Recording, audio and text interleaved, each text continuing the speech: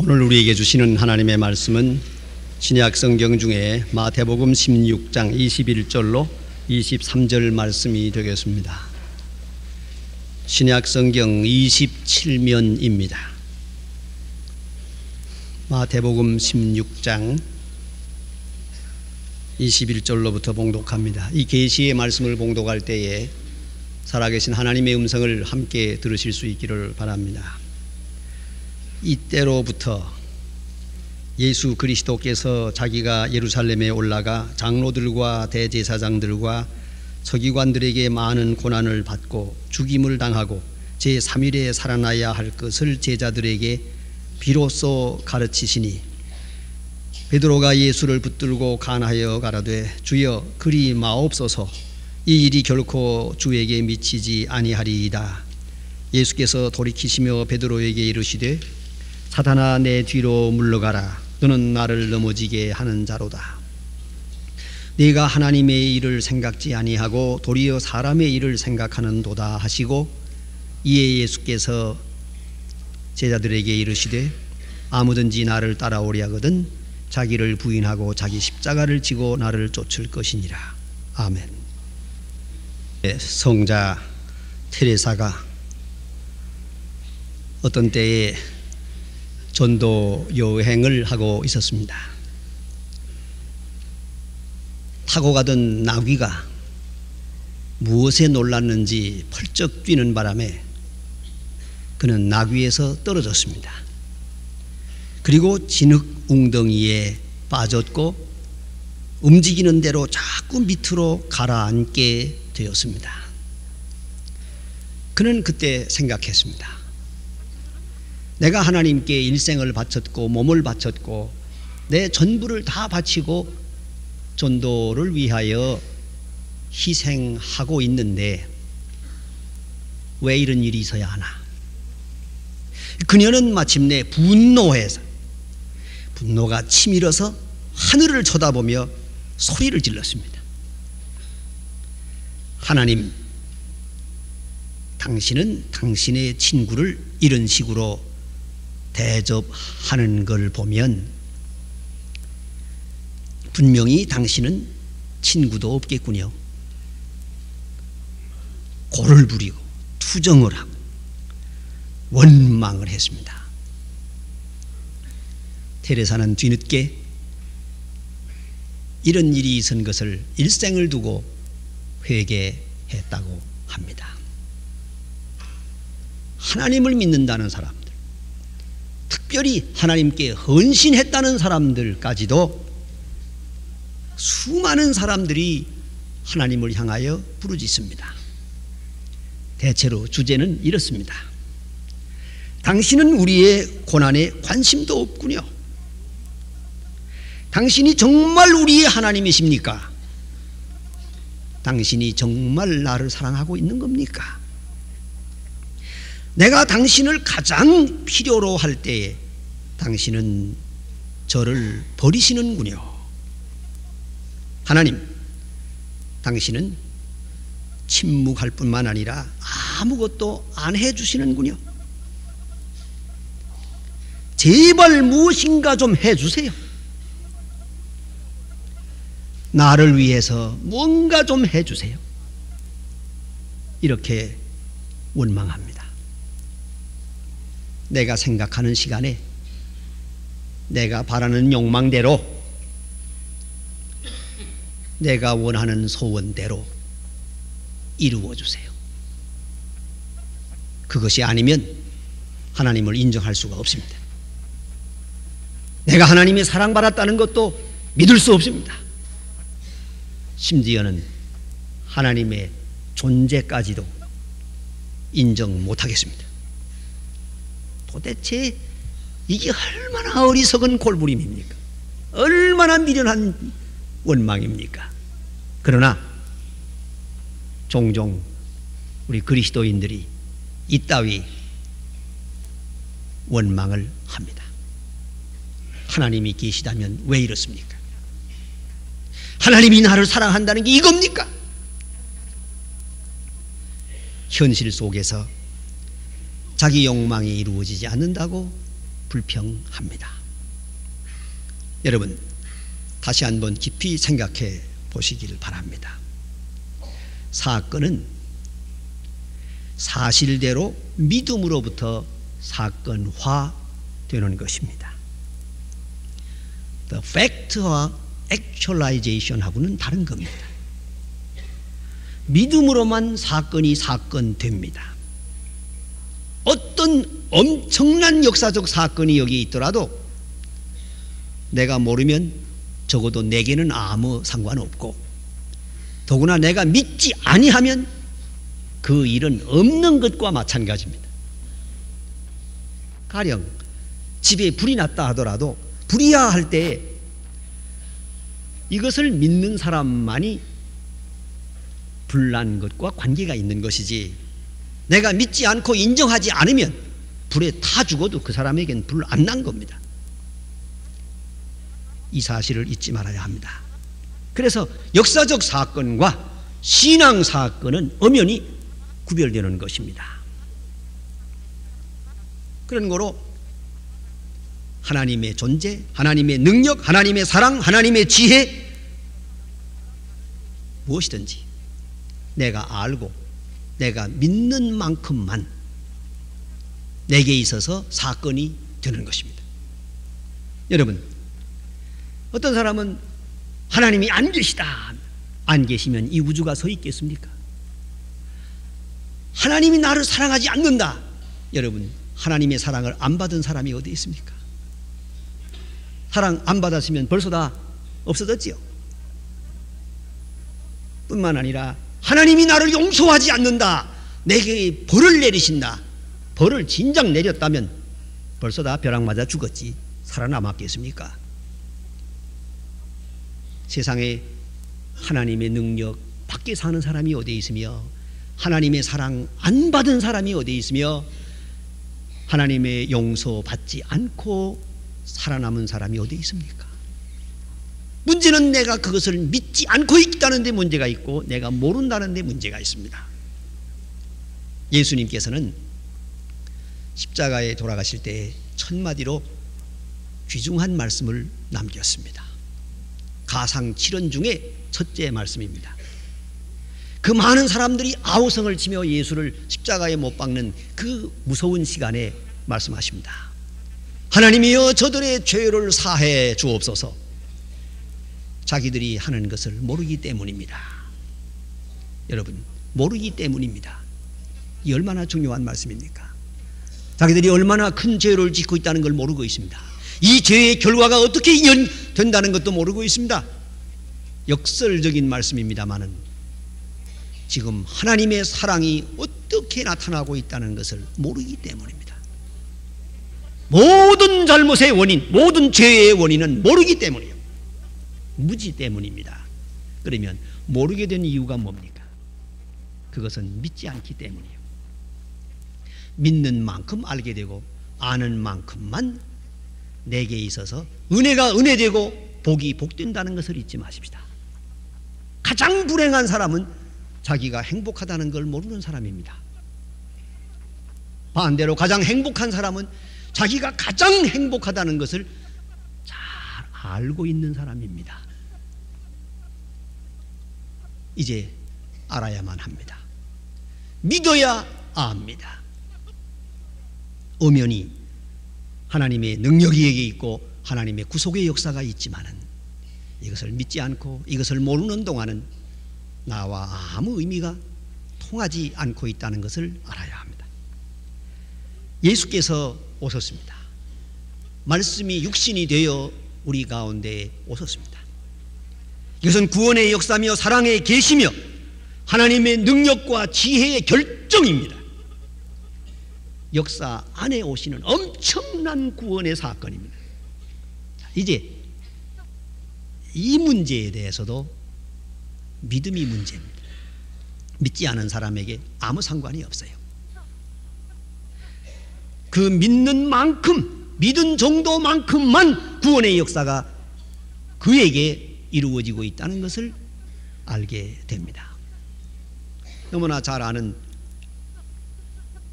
예수님께서 말씀하신 탕자 비유를 다시 한번 생각해 봅니다. 탕자가 아버지의 재산을 나누어 가지고 그런 집을 떠나서 방탕의 길을 떠납니다. 가진 고생을 다하다가 마지막에 깨닫고 아버지에게로 돌아옵니다. 돌아올 때 그는 생각합니다. 나는 하늘과 아버지께 죄를 지었으니 이제 내가 아들이라고 할 수도 없고 아들이라고 불리움 받을 수도 없다 생각해서 나를 모습으로 대해 주시길 바랍니다. 이렇게 고백하면서 아버지를 만납니다. 내 아버지는 그 아들을 벌써 사랑했기 때문에 그런 변명이나 그런 이야기를 들은 척도 하지 않고 소를 잡아라, 옷을 입혀라, 반지를 끼워라, 뭐 신발을 신겨라, 그리고 나와 함께 기뻐하자 잔치를 열었습니다. 자, 여기서 한번 생각해 보십시다. 전 두 가지가 생각이 납니다. 하나는 아버지는 옛날이나 지금이나 변함없이 그 아들을 사랑하고 있어요. 어쩌면 집을 나갈 때에 유산을 나누어 준 것도 사랑입니다. 나가도록 내버려 둔 것도 사랑입니다. 그리고 나간 다음에도 계속해서 기다려 주었습니다. 사랑입니다. 그런데 이 엄청난 사랑을 언제 깨달았느냐? 그가 말할 수 없는 고난에 들어갔을 때, 그 어려운 고통 속에서 비로소 깨달았습니다. 두 번째는 그가 돌아와서 아버지의 사랑을 받을 때 좀 염치도 없고 부끄럽기도 했겠습니다만은 그 잔치를 닫아 먹으면서 무슨 생각을 했을 것 같습니까? 저는 이렇게 생각이 돼요. 이런 줄 알았으면 진작 올 걸 생각했습니다. 아버지가 이렇게 영접할 줄 알았으면, 이 사랑이 여기에 이렇게 있다는 걸 알았다면 내가 왜 그동안에 밖으로 돌며 그 고생을 해야 했더냐 말입니다. 얼마나 중요합니까? 얼마나 더 방황을 해야 됩니까? 우리는 다시 한번 생각해야 하겠습니다. 오늘 성경 말씀에 보면 베드로가 예수님에게 신앙을 고백합니다. 가이사랴 빌립보 근방으로 갔을 때에 모든 사람이 날들은 누구라고 하더냐, 너희는 나를 누구라고 하느냐, 이렇게 묻게 될 때 베드로가 대답했습니다. 주는 그리스도시요 살아계신 하나님의 아들입니다. 예수님 만족했습니다. 그러나 내 혈육이 널 알게 한 것이 아니라 이것 하나님이 내게 알게 한 것이다 칭찬했습니다. 베드로는 여기까지 배웠고 여기까지 깨달았습니다. 예수님과 3년 동안 동행하면서 많은 교훈을 배웠습니다. 예수님께서 병 고치는 능력을 행하는 걸 보면서 죽은 자를 살리는 것을 목도하면서 그는 깨달았습니다. 뿐만 아니라 그가 물에 빠져들어갈 때 예수님께서 손을 잡아 일으키는 그런 체험도 했고, 5,000명을 먹일 때 신이 나서 떡을 나누어 주는 심부름도 했고, 그 이적으로 만든 떡을 맛보기도 했습니다. 이제 이 모든 사건, 모든 교훈을 통하여 그는 예수 그리스도를 알게 되었습니다. 그래서 하는 말입니다. 당신은 그리스도요 하나님의 아들입니다. 바로 고백했습니다. 그러나 이 베드로의 신앙 고백에 문제 있습니다. 그것은 여전히 자기중심적 고백이기 때문입니다. 에고센트릭합니다. 자기중심적이에요. 왜 그러냐? 자, 보세요. 예수께서 메시아다. 그리고 이 보기 싫은 로마 군인들 다 몰아내고 왕국을 건설하고 이민족에게 자유를 주고 번영을 준다. 좋습니다. 예수님은 왕 되고 자기는 바로 옆에 앉아서 국무총리 된다. 당신은 메시아입니다. 나는 국무총리입니다. 이기 따라가고 있다는 말이에요. 그뿐입니까? 지극히 세속적 욕망에 근거해서 예수께 신앙을 고백하고 있습니다. 이 세속적 욕망을 버리지 못했습니다. 또 하나입니다. 정치적 욕망을 버리지 못했습니다. 자, 자기중심적이고 세속적이고 정치적인 이러한 생각에 매여 있으면서 당신은 그리스도입니다라고 하는 순간 이 그리스도관이 아주 잡스러운 것이요, 세속적인 것이요, 빗나가는 것이에요. 그리스도란 말에는 이의가 없으나 이것은 바른 고백이 못 됩니다. 그 개념이 문제됩니다.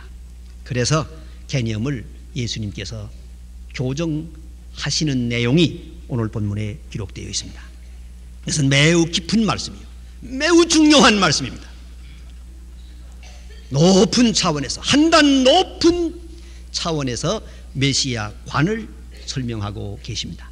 오늘 본문을 자세히 읽으면 두 단어가 눈에 들어옵니다. 하나는 비로소라고 하는 말입니다. 여기 엘사토라고 하는 말, 원문대로 보면은 여기서 시작해서라고 하는 말입니다. 베드로가 주는 그리스도라고 고백하는데 바로 여기서 이 지식, 이 고백, 이 내용에서 시작을 해서 말씀하시기 시작합니다. 또 한 가지는 이때로부터, 아포토테, 이때로부터 베드로가 신앙을 고백한 바로 이 시간부터 말씀하십니다. 여기에 신앙 고백에 단계가 있는 것이옵니다. 예수님께서 신앙 고백하는 베드로에게 천국 열쇠를 준다고 했습니다. 너는 이 고백으로 복음을 전할 것이요, 너는 이 고백으로 천국에 들어갈 것이다. 이 천국 열쇠를 준다고 말씀하시고 나서 이제 여기서부터 다시 그 다음 단계에 실제적이고 구체적이고 그리고 현실적인 말씀을 하고 계십니다. 메시아로서의 말씀입니다. 비로소 이제는 내가 알아야 할 것이 있다. 천국엔 들어가겠는데 그러기 위해서는 십자가를 이해해야 된다는 말씀입니다.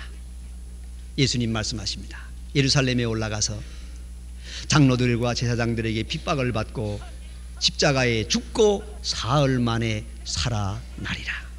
그래야 할 것이다 말씀하십니다. 이것은 자원적인 것이요, 자발적이요, 선택적 고난입니다. 십자가를 피해서 이리저리 깊이 하다가 부득이 불가피하게 이루어지는 고난이 아닙니다. 예수님께서 스스로 선택한 이 길입니다. 두 번째는 알고 결정한 겁니다. 무지가 고난을 낳고 있는 게 아닙니다. 다 알고 계십니다. 앞에 무엇이 기다리고 있는지 알면서 굳게 결심하시고 예루살렘을 향하여 올라가십니다. 그리고 더욱 중요한 것은 저 부활의 아침을 바라봅니다. 죽으시고 부활해야 할 것을 말씀하십니다.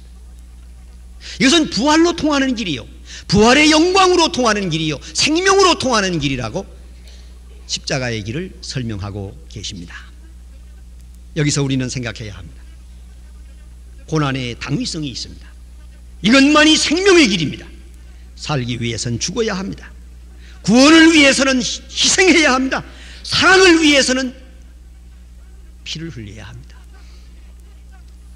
죄 사함 받기 위해서는 희생의 피가 있어야 합니다. 피 흘림이 없이는 사함이 없느니라. 여러분 사랑해 보셨습니까? 사랑을 받아 보셨습니까? 사랑의 언어는 희생으로 통하는 것입니다. 자기 희생이 없이 사랑의 언어란 주는 말도 없고 듣는 말도 없습니다. 그 많은 선물이 오고 가고 그 많은 사랑의 행위가 있어도 희생이 없는 사랑은 전혀 소통이 이루어지질 않습니다. 이것이 당위성입니다. 여기에 미랄 하나가 있습니다. 땅에 떨어져 죽지 아니하면 그대로 있고 죽으면 열매를 맺느니라. 여기에 당위성이 있습니다.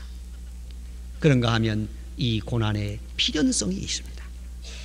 이것은 예언된 것입니다. 하나님의 엄청난 경륜 속에서 이루어지는 사건입니다. 여기에 그리스도께 향한 사명이 있습니다.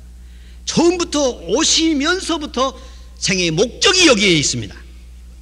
이건 선택적입니다. 누가복음 24장 25절에 보면 예수님 부활하신 다음에 엠마오로 가고 있는 제자들을 불러서 대화하시는 중에 말씀하십니다. 선지자의 말한 것을 더디 믿는 자여. 영어로는 O slow believer, 더디 믿는 자여. 어찌하여 성경에 예언한 것을 바로 깨닫지 못하느냐는 것이에요. 왜 바로 깨달을 수가 없더냐는 것이죠. 세속적인 자기 욕망의 노예가 되어 있기 때문에 성경의 진리를 객관적으로 순수하게 이해할 수가 없었다는 말이에요. 그래 예수님께서 깨우치는 말입니다. 예수님께서 이 고난의 길을 가고 계시는데, 이 영광의 길을 가고 계시는데, 오늘 본문에 보면은 어이가 없게도 베드로는 예수님의 길을 가로막습니다. 오늘 본문에 보니 예수를 붙들고 간하여 가로되, 앞을 딱 가로막고 그런 일이 없을 겁니다, 그런 일 절대로 없을 겁니다라고 막고 있습니다. 예수님께서 말씀하십니다. 사탄아 물러가라. 왜 사탄입니까? 왜 베드로가 이제 사탄이 되어야 합니까? 그는 예수님의 능력도 예수님의 영광도 압니다. 그러나 십자가를 부인하고 있습니다. 그런 거로 예수님께서 이렇게 단호하게 책망하고 계십니다. 사탄이라고 말합니다. 이 사실을 잊지 말아야 합니다. 그는 아마도 자기가 아는 성경대로는 그렇지 않습니다. 혹은 예수님의 인기가 그렇지 않습니다. 당신이 가진 능력이 그렇지 않습니다. 또 우리의 충성이 있으니 그렇지 않습니다. 그 십자가 불결하게 그런 생각하지 마십시오. 이렇게 만류한 것 같습니다. 그러나 예수님은 말씀하십니다. 사탄아 내 뒤로 물러가라. 너는 나를 넘어지게 하는 자로다. 크게 책망을 하십니다. 단호하게 책망하십니다. 여러분, 하나님은 우리에게 온갖 선물을 주십니다. 그러나 그 선물을 아는 길, 받는 길, 깨닫는 길은 고난을 통해 주십니다. 이것을 잊지 말아야 합니다. 하나님의 선물을 받는 길은 믿음입니다. 이 믿음은 고난을 통해서만 얻어집니다. 고난의 언어를 통해서 비로소 바른 음성을 듣게 됩니다. 유명한 랍비 시메온 벤 야하이라고 하는 분은 이렇게 말합니다.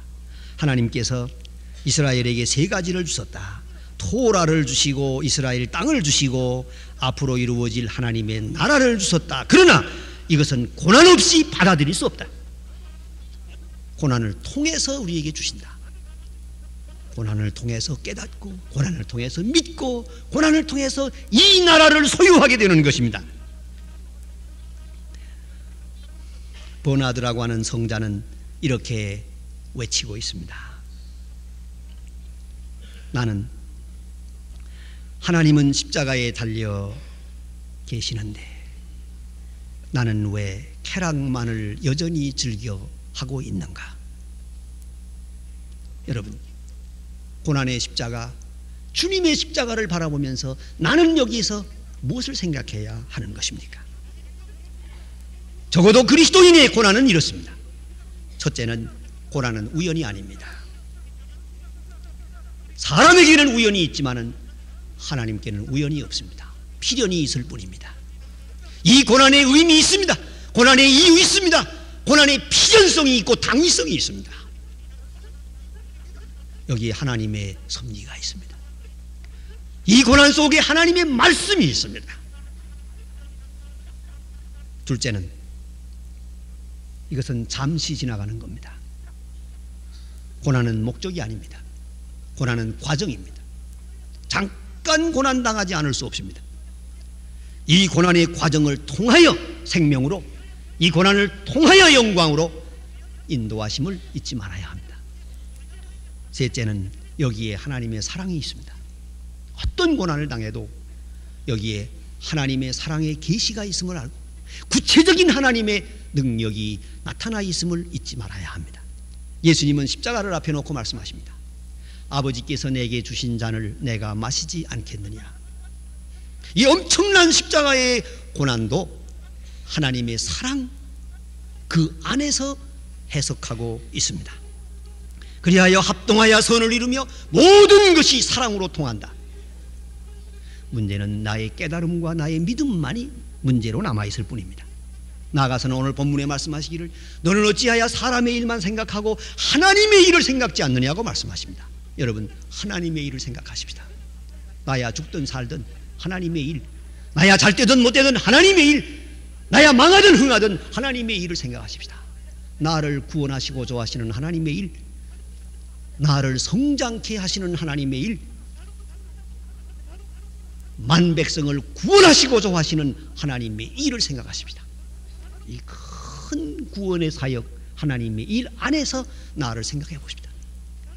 내 존재와 내 현실은 매우 중요한 의미를 가지는 것이옵시다.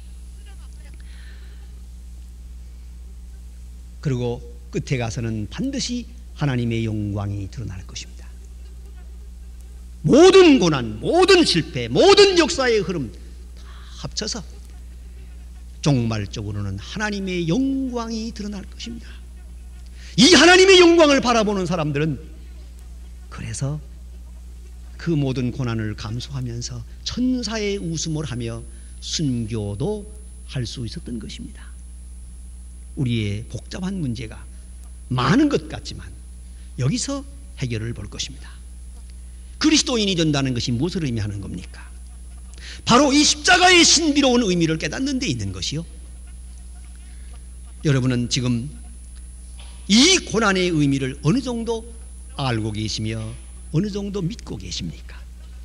고난당하는 자를 구원하고자 고난당하고 저주받는 자를 살리고자 대신 저주를 받으시고 죽어가는 자를 살리기 위하여 대신 죽으셔야만 했던 말이 그 고난의 의미 말입니다.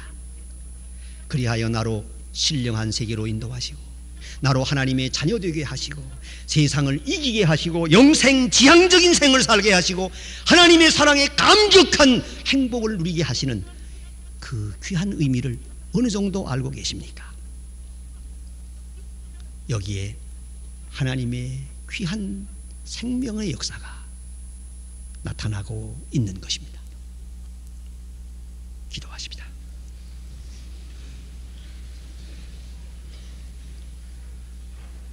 내려오신 아버지 하나님, 주님을 믿는다고 고백하면서도 그렇게 어리석고 우둔하여 십자가 없는 영광만 바라고 수고 없는 성공만을 기다리고 있었던 저희들을 용서해 주시고 불쌍히 여겨 주시옵소서.